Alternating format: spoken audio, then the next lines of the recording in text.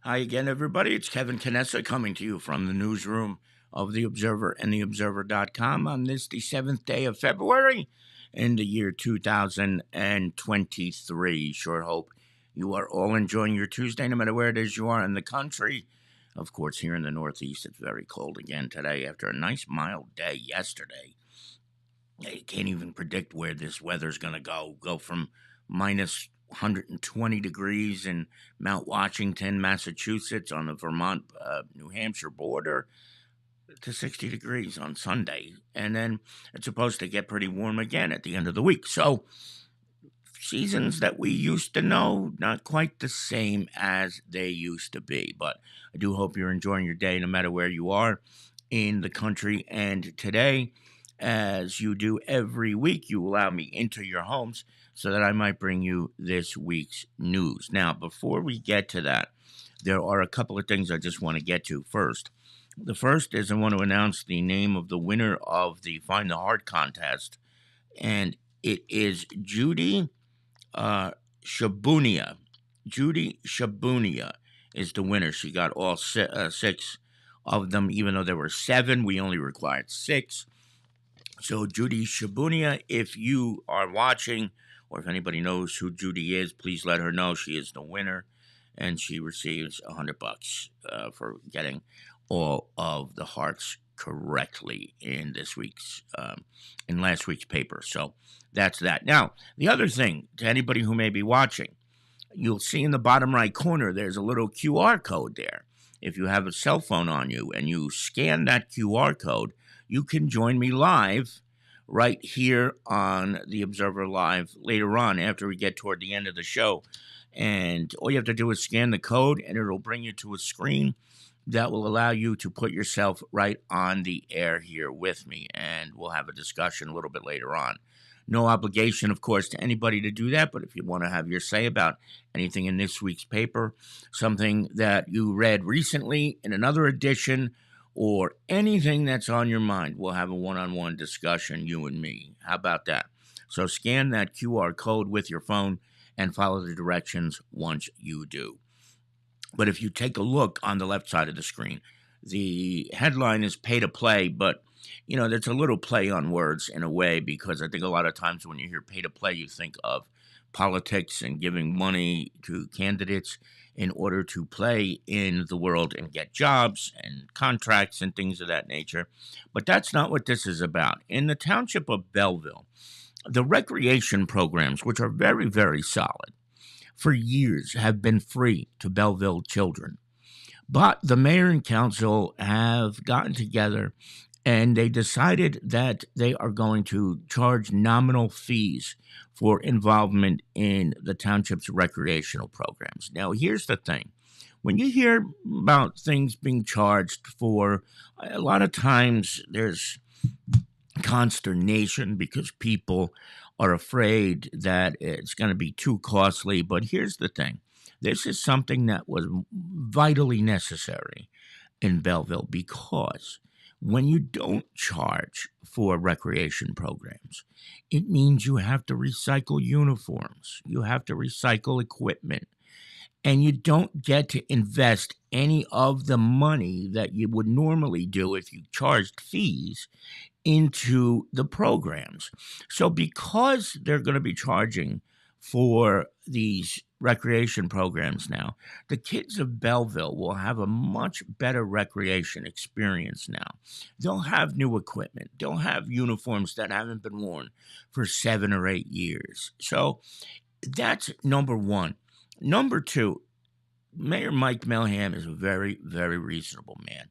And the one thing that he said throughout this story is very, very clear.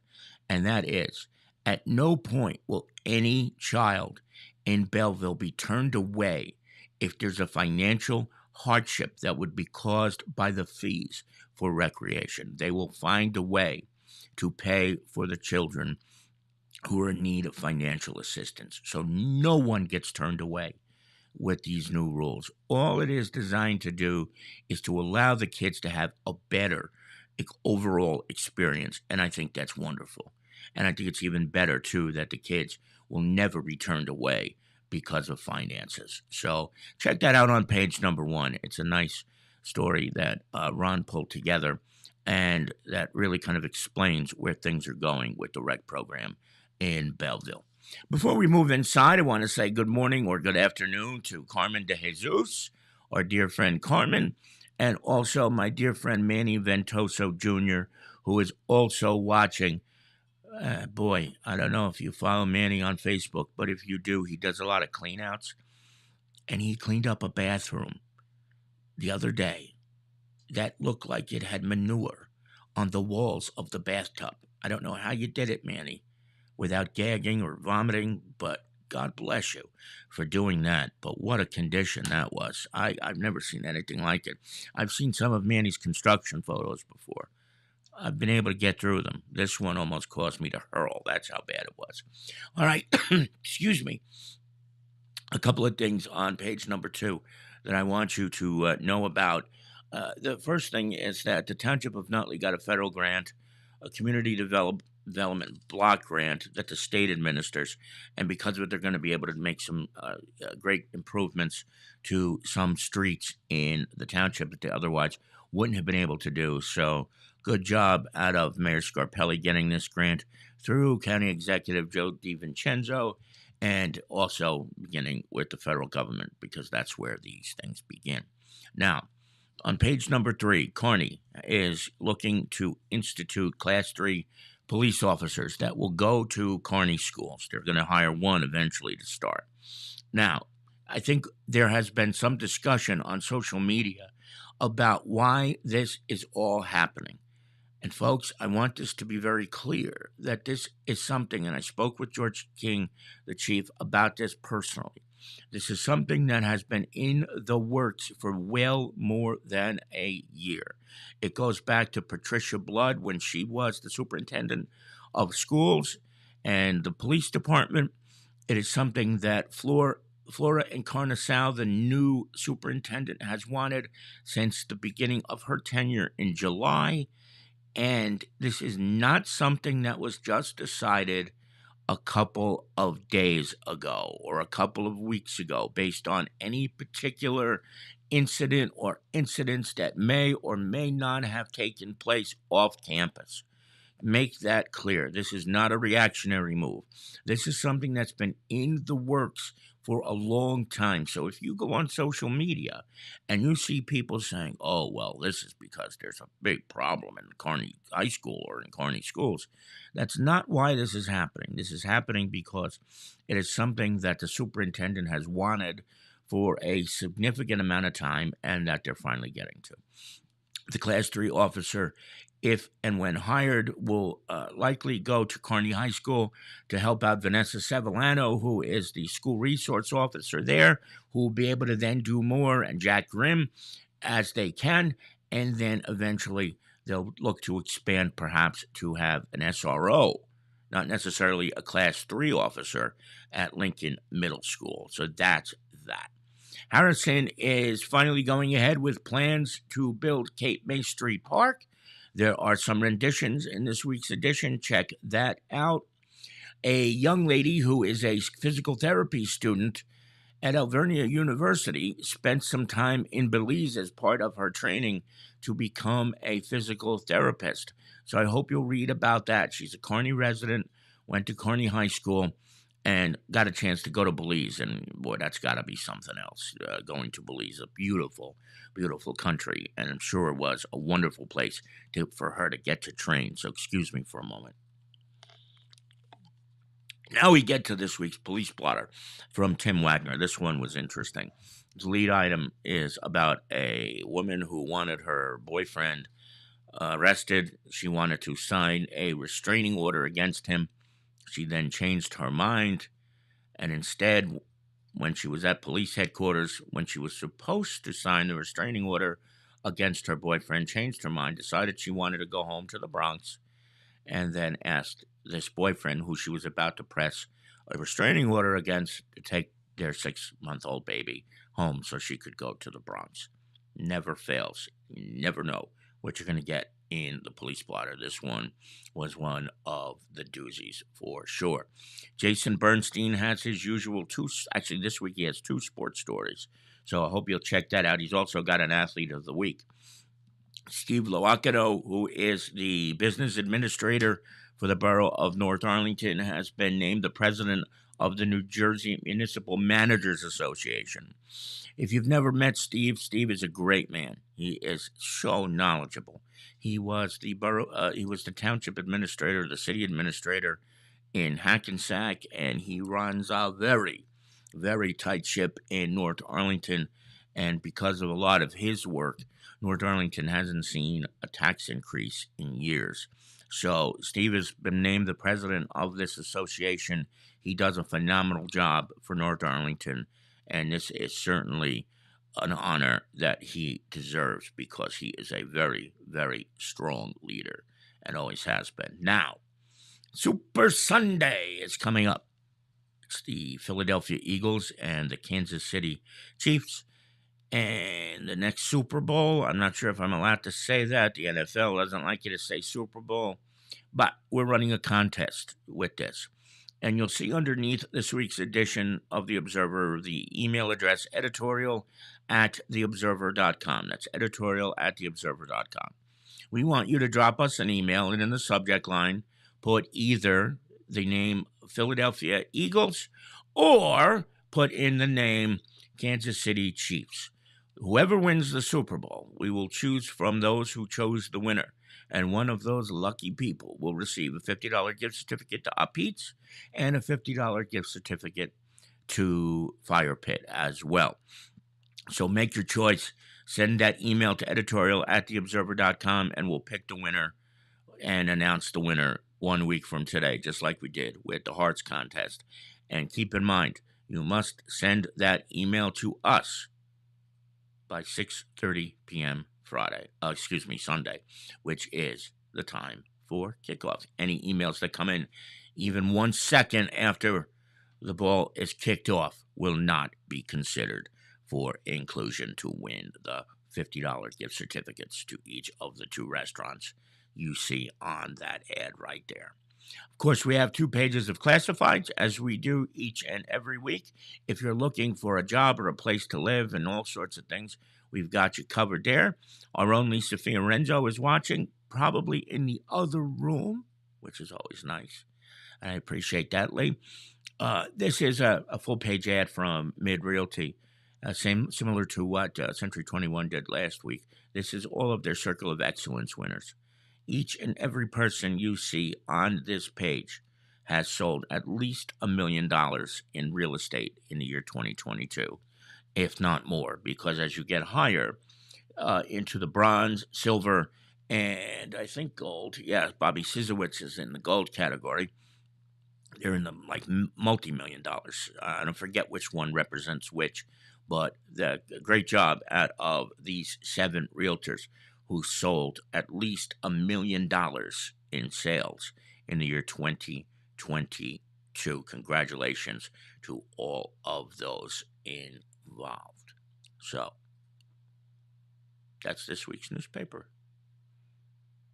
I don't have any takers, I guess, to come on here, which is fine.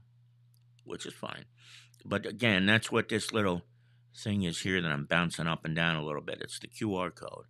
And when you scan on it, it brings you into a queue, and I'm able to bring you on. And I think it's going to take a while for people to get used to that, which is fine.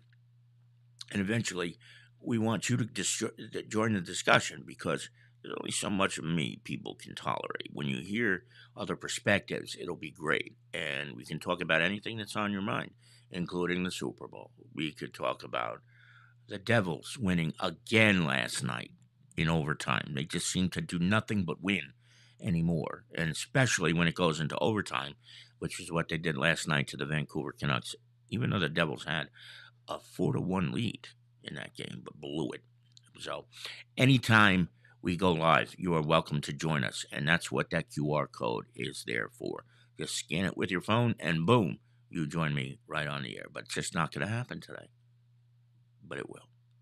So that's going to do it for this edition of The Observer Live. I want to thank each and every one of you for joining me today. A special thank you, of course, to my dear friend Carmen de Jesus, Manny Ventoso, to Sandy Sue, who came by too and was in the chat room, and Lisa Fiorenzo. And I think my uncle is calling. Holy cow. Wait a minute. Hold on a second. I got to get you in the air, okay? Just bear with me. I haven't done this yet. Just bear with me. Too and was in the chat room. Can you hear me? Lisa Fiorenzo. And I think Hello? we're way behind. We have a big delay here. I hear you, Kev. Uncle Mugga, what are you doing? I'm getting used to my iPhone, man. I'm working wonders here. Did you just say you're using an iPad? Yeah, I got an iPhone from Billy. Oh my goodness. All right, everybody, I'm going to introduce you to my Uncle Michael. He is in Carlsbad, California right now. My mother's brother. And he, for about 20 years, used a flip phone. But he's using an iPhone now, and he's able to join us here from California. So what are you doing? Are you home or?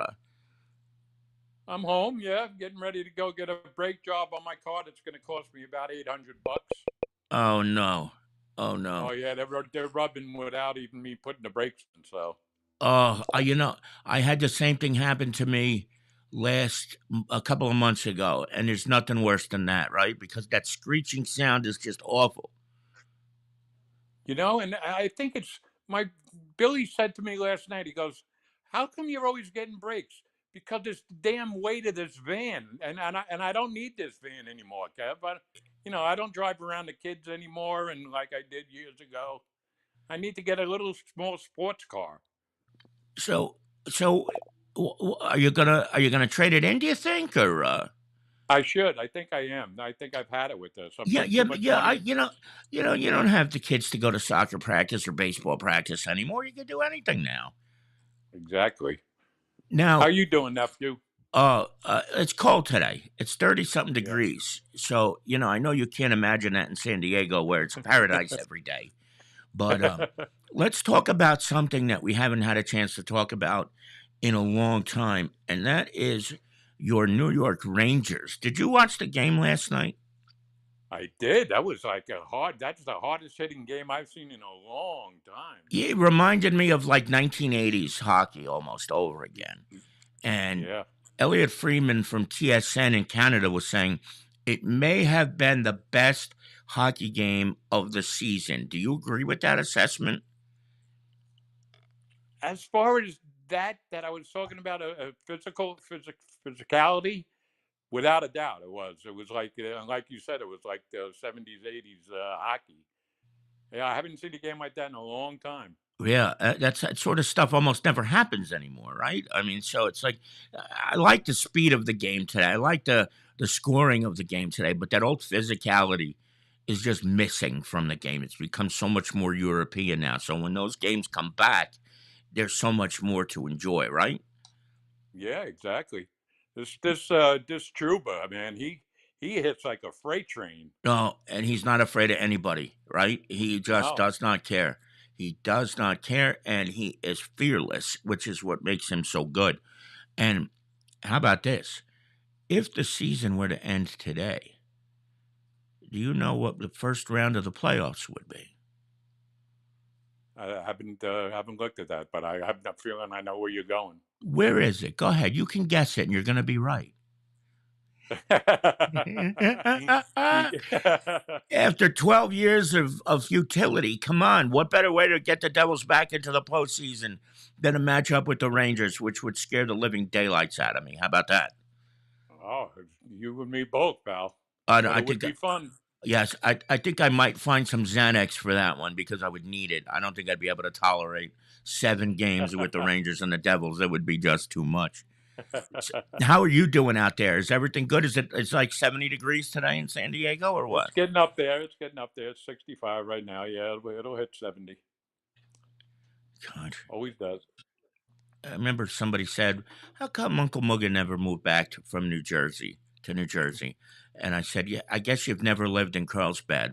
Before you do, you can't say anything about it, right? Yeah, I always get that. How are you living with those crazies out there in California? I said, 75 and sunny outrules any craziness.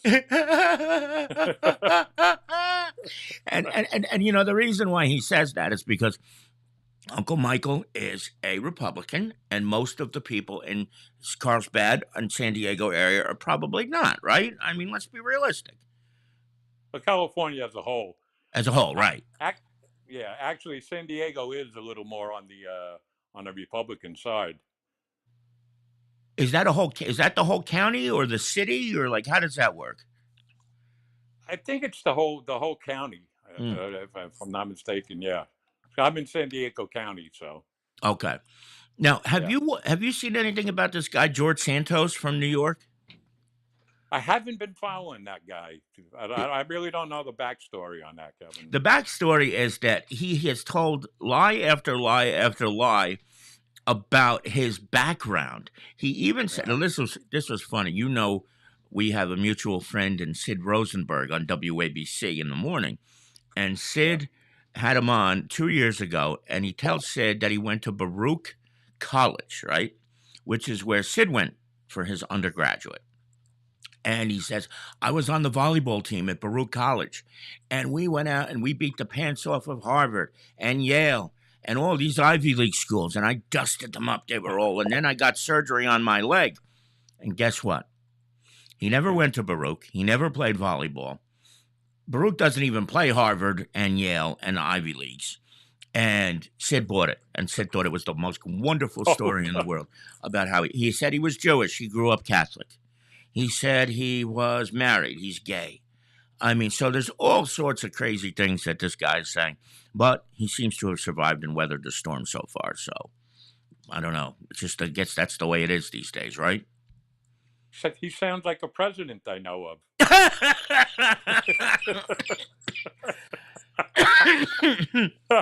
You should not be talking about Donald Trump right now. You know that, right?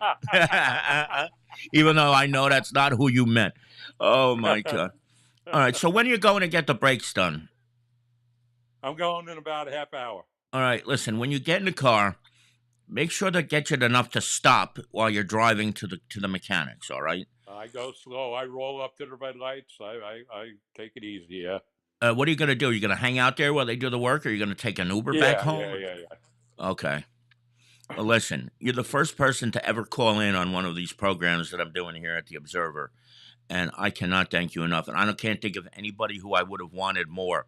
To be honest with you, you're thinking of back to all those days of Shovio, which was, believe it or not, like 12 years ago, Mugga, if Yeah. you can imagine. So I mean, Yeah. and you were always the number one supporter there. You're already doing it here now, and I can't thank you enough. And I love you, and I'm so glad you called in. Love and miss you, Kevin. Give All a right, big kiss to your mom for me, and I I, miss her as I well. promise you I will, and I'll see you soon. Okay. All right, Kev. All right, there he is. That's Uncle Mugga. He, of course, was in San Diego County, California, in Carlsbad, and he joined us live here, right here on the Observer Live from San Diego, California. First time we've had a guest. That wasn't Lisa. And I don't mean that any disrespect to Lisa, but she's always going to bail me out. So thank you, Lisa, and thank you, Uncle Mugga. All right, I'm going to sign off for now, unless anybody else wants to join me because that was fun. But we'll do it again next week, 1 week from today. And don't forget, send in your choices for the winner of the Super Bowl to win those gift certificates from the newsroom of The Observer and TheObserver.com. Kevin Canessa signing off for now, and we hope to see you back here again very, very soon. Take care, everybody.